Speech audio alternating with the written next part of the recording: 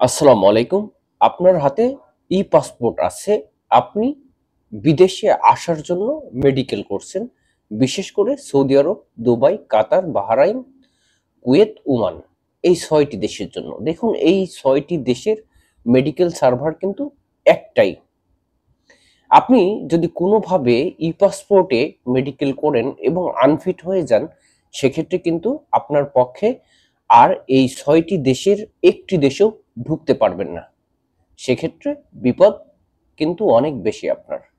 আজকের ভিডিওতে মূল বিষয় হচ্ছে কিভাবে মেডিকেলে আনফিট থেকে আপনি রক্ষা পাবেন।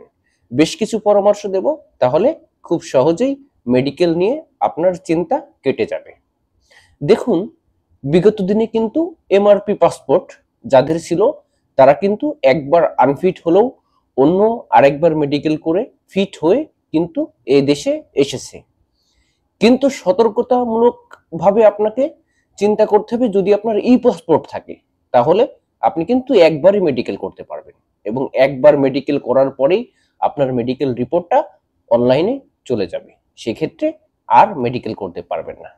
দেখুন, যাদের এমআরপি পাসপোর্ট ছিল দেখা যাচ্ছে তারা প্রথমবার মেডিকেল করছে, আনফিট হয়েছে এবং তারা কি করছে, আরেকটা পাসপোর্ট করছে, আরেকটা পাসপোর্ট করার পরে আরেকটা পাসপোর্ট করছে এবং তৃতীয় পাসপোর্টে যখন তারা মেডিকেল করছে তখন তারা ফিট হয়ে আবার কিন্তু এইসব দেশে এসেছে।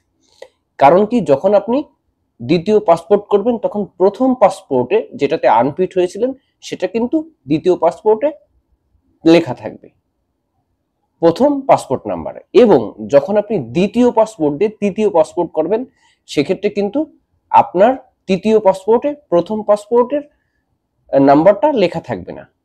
সুতরাং আপনি ইচ্ছা করলে তৃতীয় পাসপোর্ট দিয়ে করতে পারতেন, কিন্তু ই পাসপোর্টের যারা আছেন তারা অবশ্যই সতর্ক থাকবেন, কারণ আপনি একবারই মেডিকেল করতে পারবেন। এখন ভিডিওর মূল বিষয় হলো মেডিকেল করার আগে আপনি কি সতর্কতা অবলম্বন করবেন। দেখুন, বাংলাদেশে কিন্তু মেডিকেলে আনফিট হলেও বিভিন্ন মাধ্যম আছে, বিভিন্ন প্রসেস আছে, সেগুলো ফলো করলে বা এজেন্টদের সাথে আপনারা যদি চুক্তি করেন মেডিকেলের বিষয়ে সেক্ষেত্রে কোনো সমস্যা হয় না। তারা বিভিন্ন সিস্টেমে আপনাদেরকে মেডিকেলে ফিট দেখায় কিন্তু এসব দেশে পাঠিয়ে দেয়। তাই আপনার মেডিকেলে ফিট হতে হলে অবশ্যই দালাল বা এজেন্টের কাছে আপনার কিন্তু একটা টেস্ট মেডিকেল করতে হবে।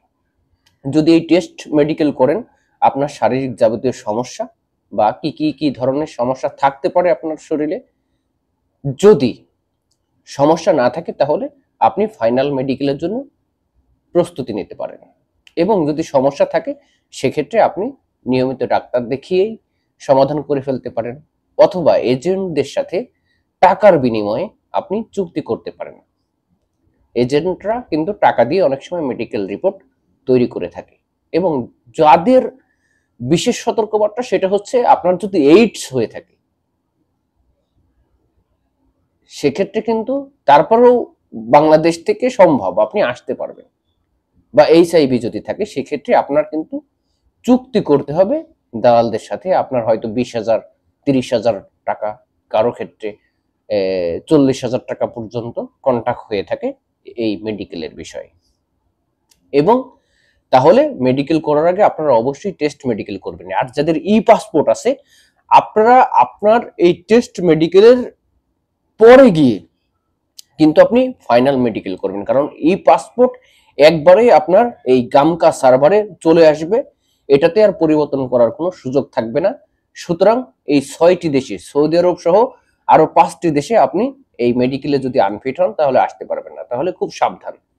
আর এখন আপনারা জানেন যারা নতুন আসবেন তাদের কাছে ম্যাক্সিমামই সবার কাছে ই পাসপোর্ট, কারণ বাংলাদেশে এমআরপি পাসপোর্ট যেহেতু বন্ধ হয়ে গেছে, আপনাদের ই পাসপোর্ট আছে, তাই সবার ক্ষেত্রে বলবো মেডিকেল করতে হলে অন্তত এই নিয়মগুলো আপনারা ফলো করেন, ঠিক আছে?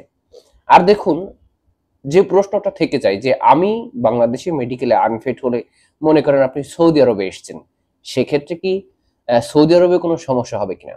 আপনাদের বলবো, সৌদি আরবে আসলেও সমস্যা হবে না। সবার ক্ষেত্রে যে দ্বিতীয়বার মেডিকেল করে এমনটা না। কিছু কিছু কোম্পানি বা কিছু কিছু বেশ কিছু পেশায় আপনার সৌদি আরবে মেডিকেল করে। এবং যদি মেডিকেল করেও যদি সমস্যা হয়ও সেক্ষেত্রেও বিভিন্ন মাধ্যম আছে এইসব দেশে, এগুলো আর আমি ভিডিওতে উল্লেখ করতেছি না। আপনারা আসলেই সবকিছু সমাধান করে নিতে পারবেন। ধন্যবাদ। এই সমস্ত বিষয়ে কোনো প্রশ্ন থাকলে আমার কমেন্ট বক্সে কমেন্ট করবেন, আমি আছি আপনাদের সাথে। ধন্যবাদ সবাই, ভালো থাকবেন, দেখা হবে অন্য আরেকটি ভিডিওতে।